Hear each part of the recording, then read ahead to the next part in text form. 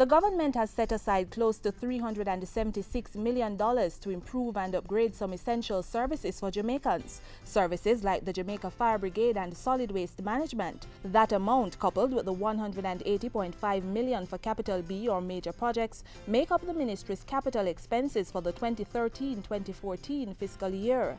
The lion's share of the budget, a little over $7 billion, has been allocated for recurrent expenditure to pay salaries, retirement benefits, training for workers, and other housekeeping matters.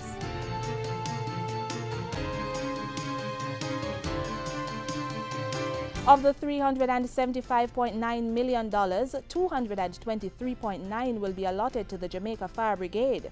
This will go towards repairing at least 530 hydrants island-wide, conducting repairs to fire trucks and fire stations on a priority basis, as well as acquiring 3 additional fire trucks. Procurement began in the last financial year. We intend to proceed with work on the Barnett Street. We also intend to do some begin work on the station at Port Maria, because you know the situation there with the firemen. But as listed in the book, we intend to do some varying degrees of repair to those listed in Savannah Lamar, Frankfield, Spanish Town, Yallas, Portmore, and Christiana over the next shortest period. During the course of this year, we expect to make some more representation for additional units and to provide additional funds to get some of the stations up. The NSWMA is to get $40 million to fix 43 garbage trucks. $50 million has been set aside in the National Disaster Fund to help with relief activities in the event of a natural disaster or other emergency. Added to that, the local government reform process is to benefit from an injection of $50 million to help with related administrative costs, and $12 million will be spent to do repair work on 4 infirmaries.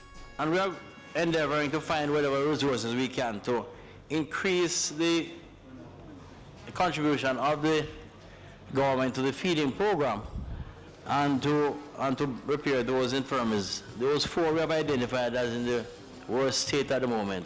Upgrade those. We are also looking at ways to reduce the recurrent expenditure, things like solar water heaters and so on.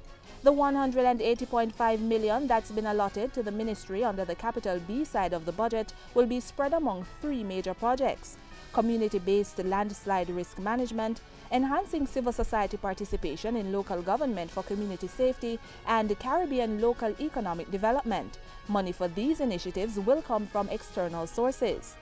$15 of the $180 million will be provided by the Canadian International Development Agency (CIDA) to implement the Caribbean Local Economic Development Project. Feasibility studies and proposals have already been completed for this project, which is supposed to build the capacity of community-based micro, small and medium enterprises, MSMEs, local authorities and other key players to create liquid capital and employment. The United Nations Development Programme has contributed $6.5 million for a project to enhance civil society participation in local governance for community safety. And the International Bank for Reconstruction and Development has granted $159 million for a community-based landslide risk management program. This will be carried out in collaboration with the Office of Disaster Preparedness and Emergency Management.